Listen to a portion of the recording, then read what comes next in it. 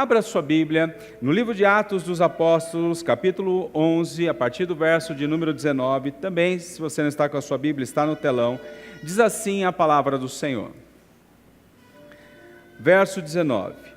Os que tinham sido dispersos por causa da perseguição desencadeada com a morte de Estevão chegaram até a Fenícia, Chipre e Antioquia, anunciando a mensagem apenas aos judeus. Alguns deles, todavia, cipriotas e sirineus, foram a Antioquia e começaram a falar também aos gregos, contando-lhes as boas novas a respeito do Senhor Jesus. A mão do Senhor estava com eles, e muitos creram e se converteram ao Senhor. Notícias desse fato chegaram aos ouvidos da igreja em Jerusalém, e eles enviaram Barnabé a Antioquia. Este, ali chegando e vendo a graça de Deus, ficou alegre e os animou a permanecer fiéis ao Senhor de todo o coração. Ele era um homem bom, cheio do Espírito Santo e de fé, e muitas pessoas foram acrescentadas ao Senhor. Então Barnabé foi a Tarso procurar Saulo e, quando o encontrou, levou-o para Antioquia. Assim, durante um ano inteiro, Barnabé e Saulo se reuniram com a igreja e ensinaram a muitos. Em Antioquia, os discípulos pela primeira vez foram chamados cristãos. Naqueles dias, alguns profetas desceram de Jerusalém para Antioquia. Um deles, Ágabo, levantou-se pelo Espírito, predisse que uma grande fome sobreviria a todo o mundo romano, o que aconteceu durante o reinado de Cláudio. Os discípulos, cada um segundo as suas possibilidades, decidiram providenciar ajuda para os irmãos que viviam na Judéia, e o fizeram, enviando suas ofertas aos presbíteros pelas mãos de Barnabé e Saulo. Pai, aplica a Tua palavra aos nossos corações, nós lhe daremos a glória e a honra, pois só Tu és digno, oramos em nome de Jesus, amém. Nós estamos em jejum, nós incentivamos você a fazer um jejum também. Você pode fazer daqui até lá, ou a cada semana, a cada domingo, você trocar o seu jejum. Você pode tirar algumas coisas que você gosta, você pode fazer um jejum de um refrigerante, um café, pães, carnes vermelhas, ou massa, assim por diante. E nós tivemos essa direção de Deus, nós temos aqui na igreja, está com um cenário novo, e você vê aqui ao fundo do palco, nós temos aqui esse cenário que é uma estrada, e a igreja está toda sinalizada. Por quê? Porque assim como nós, quando vamos entrar numa estrada que nós não conhecemos, nós precisamos que ela seja muito bem sinalizada, porque senão nós nos perdemos. Se ela não for uma estrada bem sinalizada, você não chega ao seu destino final.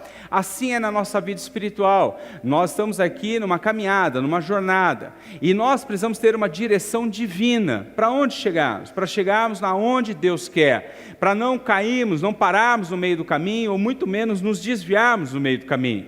A nossa série de mensagens ela é baseada num livro, Direção Divina, do pastor Craig Groeschel, e ele diz assim, a base dessa campanha está no Salmo de número 32, está aí no seu esboço, Salmo 32, verso de número 8, também está no telão, diz assim: eu o instruirei e o ensinarei no caminho que você deve seguir, e o aconselharei e cuidarei de você. Olha que salmo lindo, que verso maravilhoso. Diz que Deus vai nos instruir, Deus quer nos ensinar, Deus quer nos aconselhar e Deus quer cuidar de nós. Ou seja, Deus quer que na nossa caminhada cristã, na nossa caminhada de fé, nós não andemos por vistas, mas nós andemos pela instrução de Deus, pelo caminho do Senhor. Na primeira mensagem que nós vimos semana passada, Deus não quer que sejamos guiados, como alguns que são guiados pelo passado, outros são guiados pelos ressentimentos, outros pelas culpas, outros pelo medo, outros pelo materialismo. Não, Deus quer que nós venhamos a ser guiados pela sua palavra, Deus quer que venhamos a ser guiados pelo Espírito Santo, e essa foi a mensagem da semana passada, e a nossa mensagem de hoje tem como tema, na direção divina, sirva antes de tudo. Está aqui, nossa direção divina para hoje é servir. Diga assim comigo, servir. Se você nunca serviu, que você comece a servir a partir de hoje, em nome de Jesus. Craig Groeschel ele diz assim: você não precisa ter fé para concluir, basta ter fé para dar o primeiro passo. Amém? Sabe o que ele está dizendo? Você não precisa ter fé para concluir um grande serviço. Porque alguns imaginam assim, servir, como que eu vou servir? Será que eu preciso abrir uma ONG? Onde que eu posso servir? Não, você precisa dar o primeiro passo, e Deus vai abençoar o segundo e o terceiro. Eu dizia pela manhã, que olha quantos jovens aqui querem dar o primeiro passo, começa a servir, sirva arrumando o seu quarto. Olha que legal, né? Ninguém gostou da ideia aí. E eu dizia assim de manhã, olha, se você quer servir, olha só os varões, sirvam lavando a louça agora quando chegar em casa depois do jantar. E vocês viram no grupo? O nosso irmão colocou, a nossa irmã falou, hoje o culto já deu resultado, estava o maridão lavando a louça lá, já estava nos grupos, né? E aí todo mundo dizendo, hoje eu vou levar o meu marido. A pastora Sandra falou, o Alex vai estar lá sem falta no culto, que ele vai lavar a louça hoje, em nome de Jesus, amém? Por quê? Porque não existe vida cristã sem servir. Diga assim comigo, não existe vida cristã sem servir. É o legado que Jesus nos deixou.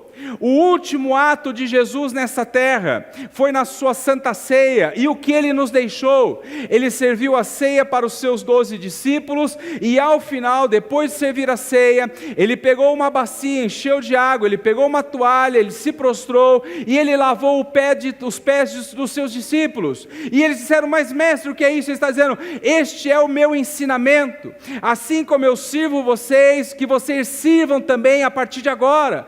Jesus estava dizendo que ele veio para servir e que o papel dos discípulos era servir também. Esse é o nosso chamado.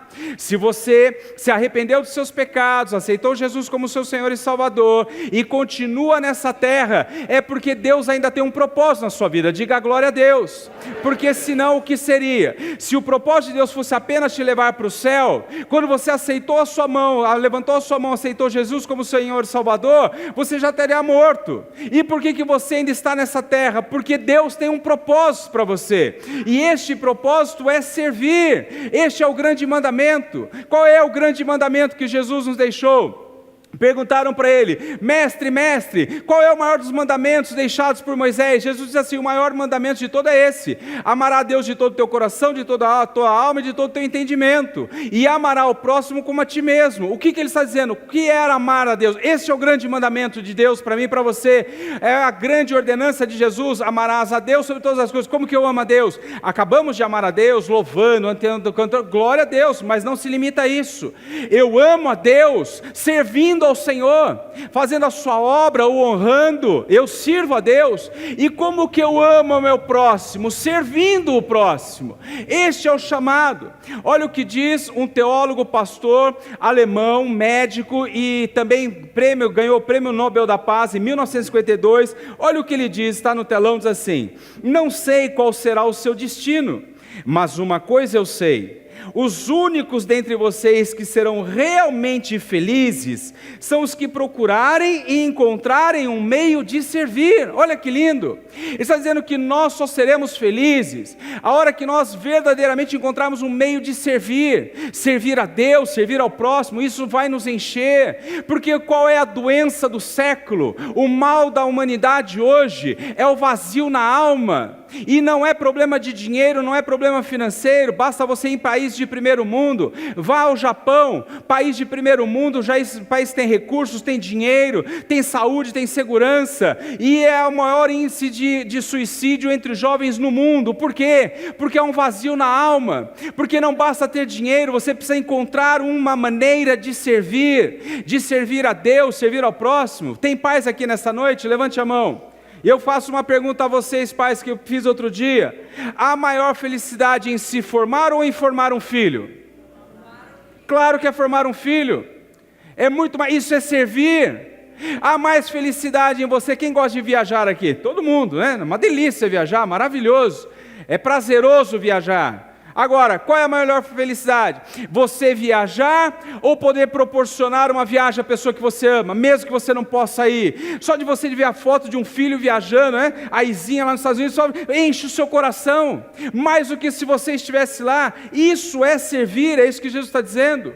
Quando Jesus chamou os seus discípulos, Ele os chamou para servir. Um dia Jesus estava passando e Ele encontra ali um cobrador de impostos, Levi, chamado Mateus, na coletoria de impostos, trabalhando. Jesus disse assim: ei, venha e segue-me. Mateus, conhecido como Levi, ele deixa a sua coletoria de impostos e passa a seguir a Jesus. O que é seguir a Jesus? Ele passou a servir a Jesus, servir o seu ministério, servir as pessoas. Exatamente quando Jesus estava andando pela praia, passando pela praia, e ele vê um barco e diz assim: Pedro e André, os irmãos, ei, parem de pescar peixe, a partir de agora eu farei vocês pescadores de homens. Eles largaram o barco na praia e foram seguir a Jesus, servir a Jesus, servir ao ministério, servir as pessoas. Lucas, o médico, ele recebeu um chamado de Deus, ele largou tudo e ele foi então seguir ao Senhor. Assim, meu irmão, minha irmã, é comigo, com você.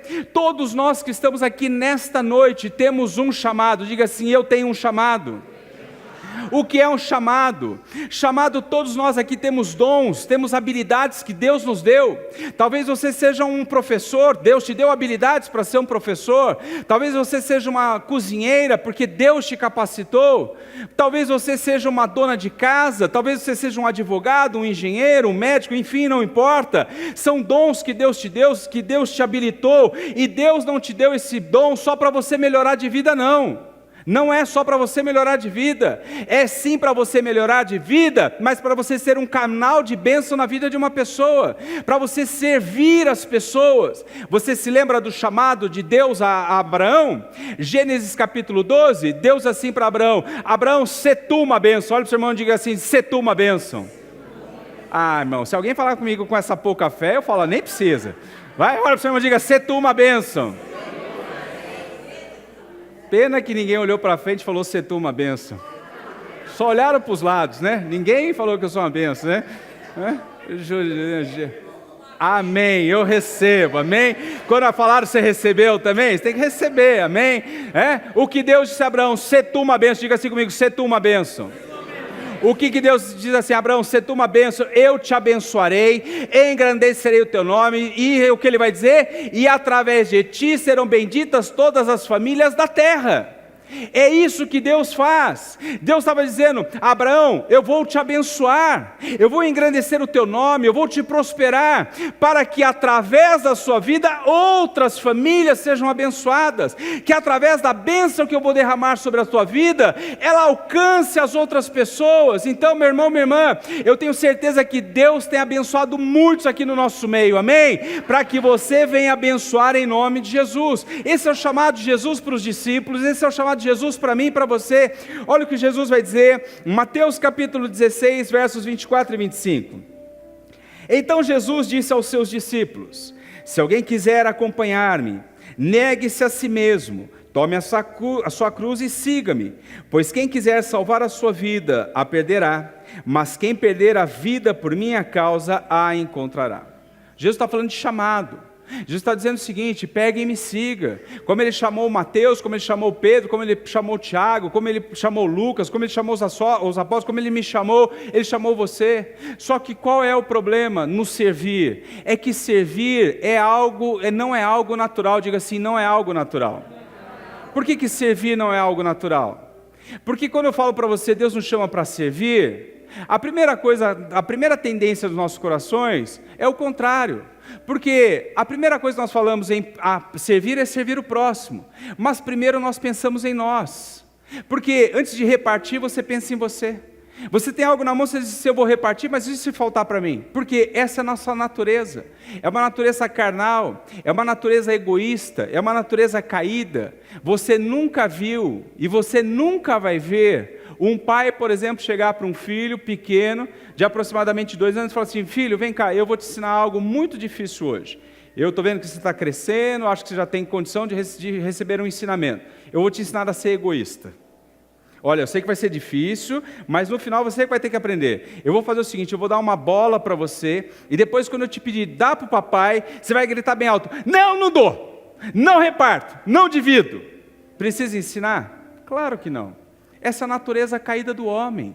Nós somos egoístas, nós não aprendemos a dividir, nós não aprendemos a repartir. Isso de pequeno, isso não precisa ser ensinado. A fé cristã, ela é carregada de sinais de entrega.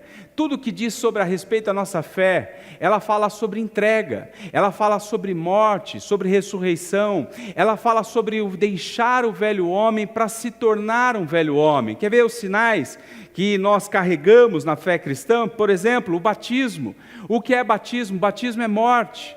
Quando alguém desce as águas, o que é o batismo? Nós morremos para a velha criatura, e quando levantamos das águas batismais, nós ressurgimos como uma nova criatura em Cristo Jesus. O velho homem foi deixado para que o novo homem em Cristo possa nascer. Quando nós falamos da ceia, o que é a ceia? Nós celebramos todos os meses, ela significa morte, celebramos a morte e a ressurreição de Jesus, é um símbolo de morte. Quando nós falamos, por exemplo, de cruz, a cruz é o símbolo de morte, de ressurreição de Jesus. Nós olhamos para a cruz e nós olhamos a morte e a ressurreição de Jesus, são os sinais que seguem a nossa fé cristã.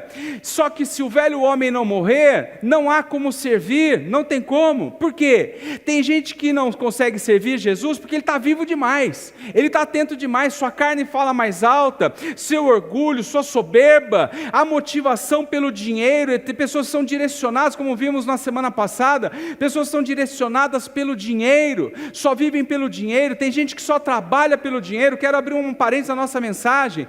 Gente que só trabalha pelo dinheiro, a Bíblia tem um nome. João capítulo 10, Jesus chama de mercenário. Diga assim, mercenário.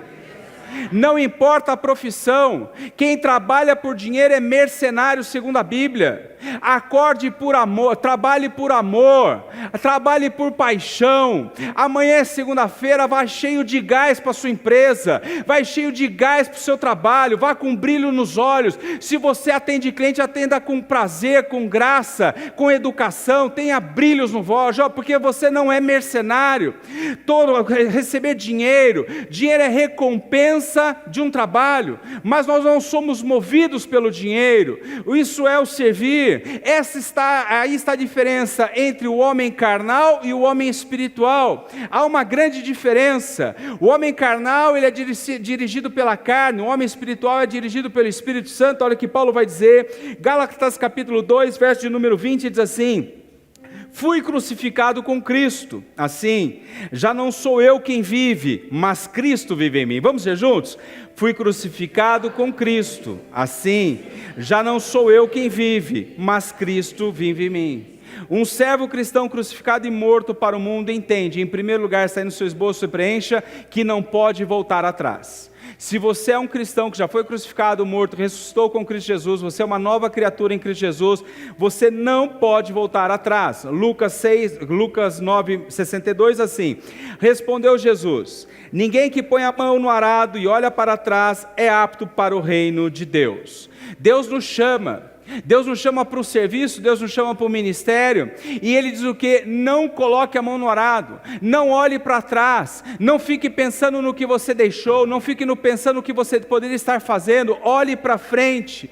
Talvez algumas coisas não estejam andando na sua vida, sabe por quê? Porque Deus te mandou deixar algumas coisas para trás, e você está olhando para trás, preso ainda, enquanto que Deus tem um chamado. Olhar para trás, segundo a Bíblia, é muito perigoso. Um dia Jesus vai deixar um alerta. Lucas capítulo 17, verso 32, Jesus vai dizer assim: lembrem-se da mulher de Ló. Diga assim comigo, lembrem-se da mulher de Ló. O interessante é que Jesus, Ele nunca mandou nos lembrar de Abraão. Abraão é o pai da fé. Ele não disse assim, lembrem-se do pai da fé. Não, nunca falou. Jesus nunca disse assim para nós: lembrem-se dos profetas, lembrem-se de Elias, lembrem-se de Eliseu, lembrem-se de Isaías, lembrem-se de Jeremias. Não, nunca disse. Jesus nunca disse para nós assim: olha, lembrem-se dos reis de Israel, lembrem-se do grande rei Davi, lembrem-se de Salomão, lembrem-se de Josafá, lembrem-se de José. Não, nunca disse. Mas ele disse o quê? Lembrem-se da mulher de Ló. Por quê? Porque Ló estava numa cidade em Sodoma e Gomorra, com a sua mulher e com suas filhas. A Bíblia diz que aquela cidade estava decaída no pecado. Deus envia 2 anjos para destruir Sodoma e Gomorra, mas Abraão intercedeu pelo seu sobrinho Ló. Os anjos vão, eles pegam Ló, sua esposa e suas filhas, tiram da cidade e diz assim: olha, vão embora por aquele caminho, nós vamos destruir Sodoma e Gomorra, vão e não olhem para trás. Não olhem para trás. e eles estão indo numa nova jornada, rumo a uma nova oportunidade de vida, rumo ao novo tempo, e de repente no meio do caminho a mulher de Ló olha para trás, e ela se torna uma estátua de sal imediatamente. Por quê? Porque Deus tinha algo novo, e não era para olhar para trás. Na vida cristã, Deus quer que eu e você venhamos ter uma mentalidade de convertido, que é não tem volta. Diga assim, não tem volta. Nós estamos numa estrada, numa jornada de fé que não tem volta. Por isso, que quando Deus tirou o povo lá do Egito, de 430 anos de escravidão do Egito, você conhece a história, Moisés é o líder, eles estão saindo milhões de pessoas do Egito, quando eles se deparam com o Mar Vermelho, a Bíblia diz que o Mar Vermelho se abriu, eles passaram a pé seco, chegando do outro lado, milhões de hebreus, diga assim comigo, milhões de hebreus. O que Deus manda Moisés fazer? Nós sabemos toda a passagem, que Deus abriu o Mar Vermelho, que o povo passou a pé seco, e depois, você sabe o que aconteceu? Deus disse assim a Moisés, Moisés, agora que está todo mundo aqui, olha para trás, pega o cajado, estende o cajado, vira em direção ao mar, e o mar se fechou. Para quê? Para não haver possibilidade de retorno. Por quê? Porque logo adiante eles teriam dificuldades na vida, eles enfrentariam um deserto. Qual é a primeira tendência? Voltar para trás. Assim comigo e com você, Deus tem um chamado para você. Amanhã você sai daqui empolgado, amanhã você sai cheio de gás, Deus te dá um direcionamento para você começar, para você servir. Você chega no seu trabalho, vem uma luta. Qual é a tendência? Vou voltar, não vou mais fazer isso. Vou voltar para aquela minha vidinha, vou voltar para o pecado, vou voltar para aquilo. Deus quebra as barreiras para que nós não venhamos a voltar. Quando nós temos um chamado de Deus no Evangelho, nós não podemos voltar. O chamado do profeta Eliseu, ele estava um dia trabalhando na sua fazenda, ele estava ali com sua junta de bois, com o seu arado, ele estava arando o pasto, de repente passa o profeta Elias. O profeta Elias tira sua capa, seu manto profético, lança sobre a vida de Eliseu. Ele chama Eliseu para o ministério. Sabe qual foi a reação de Eliseu? Eliseu disse assim, vou despedir dos meus pais. Ele vai para sua casa, despede dos seus pais, ele volta, olha o que ele faz.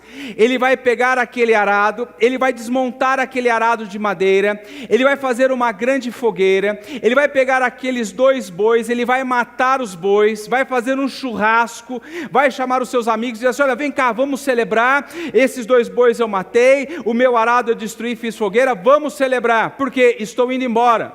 O que ele estava fazendo? Quebrando toda a possibilidade de voltar, porque ele estava vivendo para um novo de Deus, e se não desse certo, o que ele ia pensar? Vou voltar porque tenho os meus bois e meu arado. Agora ele quebra toda a possibilidade. Deus me chamou para um caminho que eu não volto. Diga assim, Deus me chamou para um caminho que eu não volto. Isso é um chamado de um servo morto, crucificado, ressuscitado com Cristo. Em segundo lugar, ele não toma a glória para si. Gálatas 6,14. Quanto a mim, que eu jamais me glorie, a não ser na cruz de nosso Senhor Jesus Cristo, por meio do qual o mundo foi crucificado para mim, e eu para o mundo. Quando nós, então, morremos para este mundo, nascemos para Cristo, nós nunca podemos tomar a glória para nós. Preste atenção no que eu vou dizer. Deus vai te abençoar tanto, você crê nisso? Vai recebendo, Deus vai te abençoar, Deus vai te engrandecer, Deus vai te prosperar, e nunca tome a glória para si, porque tem gente que começa pequeno como servo, Deus honra, daqui a pouco você acha a 4ª pessoa da Trindade, se acha muito bom, se acha muito melhor, Jesus vai dizer, o profeta Isaías vai dizer assim, minha é a glória, a outro não darei. Um homem, um servo cristão crucificado e morto para o mundo, ele entende, em terceiro lugar, que ele não se justifica para o mundo. Romanos 8, 32, 33. Quem fará acusação contra os escolhidos de Deus? É Deus quem os justifica. Diga assim, é Deus quem me justifica. Diga de novo, é Deus quem me justifica. Sabe o que ele está dizendo? Se você é um servo, você vai começar a fazer as coisas para Deus, para o reino e para o próximo, e todo mundo vai ficar assim para você, que loucura é essa? Não faça isso, você está doido, você não sei o quê. O que a gente escuta aqui todo dia? A gente só escuta isso. Vai na igreja todo dia? Vai viver na igreja todo dia? Sabe o que eu escuto todo dia? Toda semana as pessoas dizem para mim, Márcio, como que você está gastando a sua vida, os melhores anos da sua vida na igreja? Você não sai, fica o dia inteiro enfiado dentro da igreja. Sabe qual é a resposta? Deus me justifica. É isso que ele está dizendo. Não entre em bobagem, verdade, Deus vai te justificar, amém? O texto que nós lemos de Atos dos Apóstolos, capítulo 11, do verso 19 ao 30, ele fala sobre a igreja de Antioquia. A igreja de Antioquia, ela era um exemplo de igreja em crescimento e em serviço. E eu quero então com você, nesta noite, tirar 5 lições rapidamente, para nós termos um bom serviço no reino de Deus, amém? Em primeiro lugar, enxerga um bom cristão que serve ao Senhor, ele enxerga os problemas como oportunidades de crescimento. Escreva no seu esboço, oportunidades de crescimento. Versos 19 e 20, que nós lemos de Atos, capítulo 11, diz assim: os que tinham sido dispersos por causa da perseguição, desencadeada com a morte de Estevão, chegaram até Fenícia, Chipre e Antioquia, anunciando a mensagem apenas aos judeus.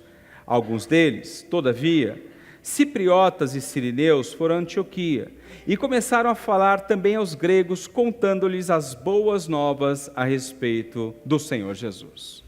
Esta igreja de Antioquia, para nós entendermos, ela estava passando por uma grande dificuldade. A igreja cristã estava sofrendo uma grande perseguição. A igreja cristã, ela nasceu em Jerusalém. Ela começou a se expandir, ela começou a crescer, ela começou a impactar. E agora eles vão matar então o primeiro mártir da história do cristianismo, Estevão. E após eles apedrejarem Estevão e Estevão ser morto, começa uma grande perseguição sobre os cristãos. Eles começam então a fugir de Jerusalém, eles começam a ir para as outras cidades. Nós vimos, alguns foram para Chipre, outras para Fenícia e alguns para Antioquia. E quando eles chegaram na Antioquia, a igreja começou a prosperar, porque, meu irmão, minha irmã, a igreja vê lutas não como dificuldades, mas como oportunidade de crescimento. Eram momentos difíceis, eram momentos de perseguição, mas a igreja consegue enxergar oportunidades. Ela estava sofrendo em Jerusalém, mas ela vai para um lugar que ela consegue prosperar. A igreja não para diante de lutas, a igreja não para diante de dificuldades. Eu quero dizer para você, a igreja não é este templo, a igreja sou eu e você. Nós não paramos diante de dificuldades, nós continuamos, nós prosseguimos, nós vamos adiante, porque tem gente que quando vem a primeira luta, ele desiste. Primeira diversidade diz assim: não vou mais à igreja, não vou mais servir, eu não vou mais ajudar ninguém, eu vou deixar de ser bobo e servir os outros. Meu irmão, não. A igreja, no meio das lutas e dificuldades, ela encontra oportunidades de crescer. Jesus tem nos abençoado para nós irmos para fora, mudarmos o mundo lá fora. Vocês viram essa semana a tragédia na nossa cidade vizinha aqui, Suzano? Você viu?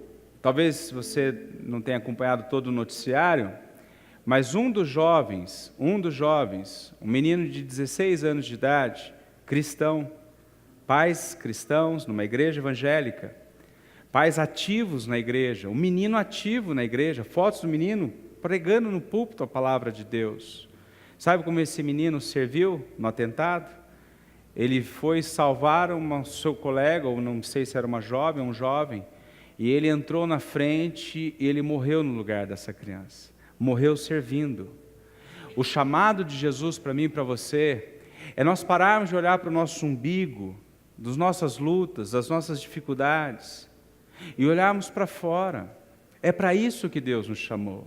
É para isso que Deus tem nos abençoado, para sermos um canal de bênção em nome de Jesus. Em segundo lugar, para nós servirmos a Deus, você precisa estar convencido da aprovação do Senhor. Verso de número 21, a mão do Senhor estava com eles, e muitos creram e se converteram ao Senhor. Então você tem a aprovação de Deus. Pode ter lutas, pode ter dificuldades, mas nós temos a mão de Deus sobre nossas vidas. Este povo estava lá cheio de dificuldades, cheio de lutas, mas a mão de Deus estava sobre a vida dele, a mão de Deus estava sobre aquela igreja, e eles fizeram uma grande obra, e a mão de Deus está sobre nós, e nós vamos fazer uma grande obra em nome de Jesus. Em nome de Jesus. A mão de Deus. Você precisa estar convencido da aprovação de Deus. Quem tem a mão de Deus tem tudo. A igreja de Antioquia estava prosperando e sendo abençoada porque a mão de Deus estava sobre a vida dele. A mão de Deus significa autoridade, significa poder, significa aprovação de Deus. Meu irmão, você pode estar aqui nesta noite, minha irmã, cansado com tantas lutas, tantas adversidades, talvez pensando em jogar a toalha, abandonar tudo, abandonar sua casa, abandonar casamento, mas a mão de Deus está sobre a sua vida. É ela que te põe de pé, ela que te sustenta, ela que te faz caminhar. Olha o que diz Salmo 37, 24: ainda que tropece, não cairá, pois o Senhor o toma pela mão. Você não cai porque Deus te sustenta pela sua mão poderosa. Aleluia!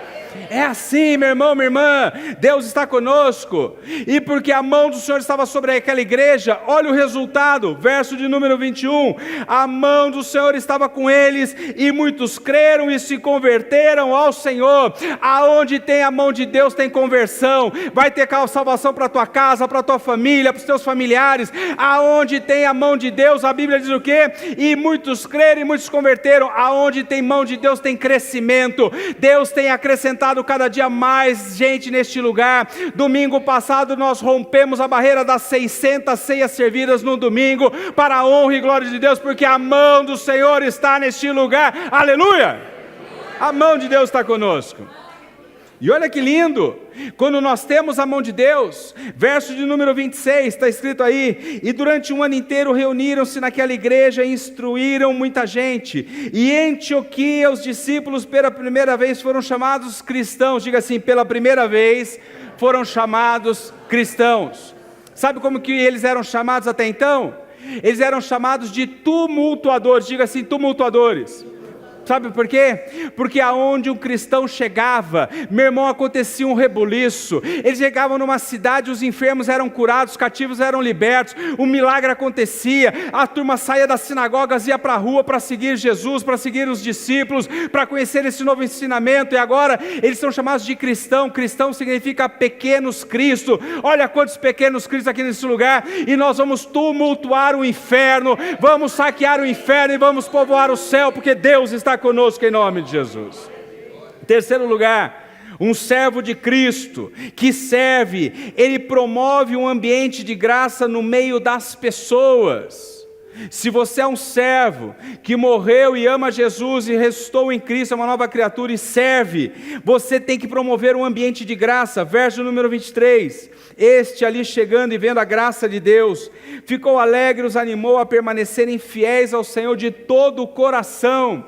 A igreja não é um prédio, a igreja é um ambiente de graça. Diga assim: ambiente de graça. O que é graça? Favor imerecido, favor que não merecemos.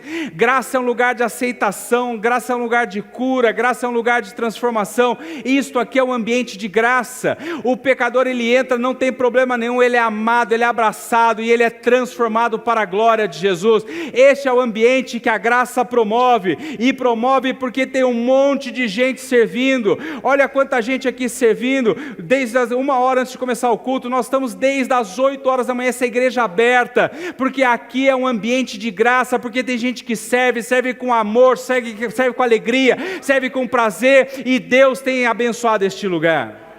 Em quarto lugar e penúltimo, serve com uma espiritualidade contagiante. Um servo de Cristo, ele serve com espiritualidade contagiante. Verso 24, vai falar sobre Barnabé. Ele era um homem bom, cheio do Espírito Santo e de fé, e muitas pessoas foram acrescentadas ao Senhor. O que está acontecendo? A igreja estava em Jerusalém, começa a sofrer uma grande perseguição, alguns cristãos vão embora, vão para Chipre, Fenícia e outros Antioquia. A igreja de Antioquia começa a crescer, e ela precisa de reforço. A igreja de Jerusalém vai mandar homens capacitados, vai mandar um homem como este, homem bom, diga assim: bom. Homem bom, homem cheio do Espírito Santo. E o que acontece? A Bíblia diz que aquela espiritualidade, a religiosidade dele contagia. Ele chega naquela cidade e todo mundo fica contagiado. E eu pergunto para você, irmão e irmã, aonde a tua espiritualidade, o que a tua religiosidade está fazendo? Ela tem contagiado as pessoas ou não? Quando você entra no seu ambiente de trabalho, na sua família, as pessoas querem estar do seu lado ou querem estar longe de você? As pessoas querem ouvir de Cristo ou não? Este é um homem de Deus. Você vê que um homem bom, um homem que contagia. Meu irmão, tem gente que chega do lado da gente e a gente fica para baixo, não tem? Tem gente que chega do lado da gente e a gente fala, meu Deus, acabou meu dia. Fala uma, duas palavras, você fala, meu Deus, pessoa negativa, pessoa negativista. Meu irmão, não dá vontade de ficar do lado, dá vontade de partir. Agora, já viu que tem gente que você está do lado? Você tem alegria, você tem prazer, fala, puxa, como é bom falar com aquela pessoa, como é bom estar do lado. É isso que Deus te chama, para você servir. Sabe como que a gente serve? A gente acha que precisa servir com tanta coisa, a gente serve com alegria, transbordando, contagiando o amor de Cristo. É isso que nós precisamos. Olha o verso 23, chegou a notícia destas coisas ao ouvido da igreja em Jerusalém, e enviaram Barnabé a Antioquia. Diga assim, chegou a notícia. Que notícia, boas notícias, que notícias que chegaram a Jerusalém, que a igreja está abençoada, que a igreja está prosperando, que os cristãos estão servindo, que os cristãos estão se doando, que as pessoas estão sendo salvas, as pessoas estão sendo libertas, as pessoas estão sendo curadas. E eu pergunto, que notícia que as pessoas ficam sabendo a seu respeito? Boas ou ruins? Notícias do que? Olha que bênção, olha o que ele está fazendo, olha o que ele está servindo, olha o que ele está fazendo. Ou estão falando coisa ruim? Ih, lá vem a fofoqueira, né? Aí lá vem o tranqueira. Meu irmão, nós somos chamados para contagiar, para levar o evangelho de Cristo, amém? Em último lugar, um servo de Cristo, ele entrega ofertas voluntárias para o ministério. Versos 29 e 30. Os discípulos, cada um segundo as suas possibilidades, decidiram providenciar ajuda para os irmãos que viviam na Judéia. E o fizeram, enviando suas ofertas aos presbíteros pelas mãos de Paulo e de Barnabé e Saulo. Olha que interessante. Eles estavam na igreja de Jerusalém, uma igreja grande. A igreja agora começa a sofrer perseguição. Eles vão embora para outras cidades. A igreja agora de Antioquia está bem. Antes quem estava bem era a igreja de Jerusalém, agora é a igreja de Antioquia. E o que acontece agora? Eles não se esquecem da igreja de Jerusalém. Eles vão pegar recursos e vão mandar para a igreja de Jerusalém. A igreja de Antioquia, ela estava bem e ela estava abençoando aqueles que não tinham. Assim como nós, Deus tem nos abençoado e nós estamos abençoando. Deus tem nos abençoado e abrimos a porta da nossa igreja, para que a Universidade de Mogi das Cruzes venha aqui abençoar outras pessoas, porque nós estamos sendo abençoados. Eles vieram aqui fazer uma vistoria da nossa estrutura, e eles aprovaram de imediato a nossa estrutura. Nós estaremos abertos aqui servindo. A igreja estará aberta todos os sábados, com o ar-condicionado ligado o tempo todo. Ela estará com os banheiros limpos, com papel toalha descartável, com sabonete líquido. A igreja limpa, e depois que eles forem embora, nós vamos entrar para fazer a limpeza de novo. Vai ter café, tem água gelada, tem filtro para as pessoas, porque Deus tem nos abençoado, nós estamos abençoando. Este é o papel. A igreja de Antioquia estava sendo abençoada, ela abençoa a igreja de Jerusalém. Olha o que Paulo vai dizer quanto em relação às ofertas, que isso fique gravado no seu coração. Filipenses 4,17, olha que texto. Não que eu esteja procurando ofertas, mas o que pode ser creditado na conta de vocês. Vamos dizer juntos? Não que eu esteja procurando ofertas, mas o que pode ser creditado na conta de vocês. Olha o que ele está dizendo. Ele estava pedindo recurso para mandar para Jerusalém. Ele está dizendo assim, não que eu esteja atrás de dinheiro, eu estou dando oportunidades para vocês terem crédito na sua conta com Deus. A igreja é um lugar que nos dá oportunidades de servirmos a Deus, de servirmos ao próximo com nossa vida, com os nossos dons, com as nossas habilidades, com os nossos recursos, e assim será acreditado na nossa conta com Deus. Olha que lindo demais, é o que Deus está nos proporcionando. Deus sempre vai nos proporcionar algo maior para a glória de Jesus, amém? E aí, para concluirmos, Efésios 2,10 diz assim, porque somos criação de Deus, realizada em Cristo Jesus, para fazermos boas obras. Diga assim, para fazermos boas obras, as quais Deus preparou de antemão para que nós a praticássemos. Meu irmão, você foi criado segundo a palavra do Senhor de antemão para fazer boas obras, para servir a Deus, servir ao próximo, servir a comunidade, servir as pessoas de fora, e que nós possamos encontrar no serviço o nosso chamado e sermos um canal de bênção para a glória de Jesus. Amém? Você crê, você recebe, aplaude e glorifica o nome de Jesus. Se coloque de pé, vamos orar ao Senhor.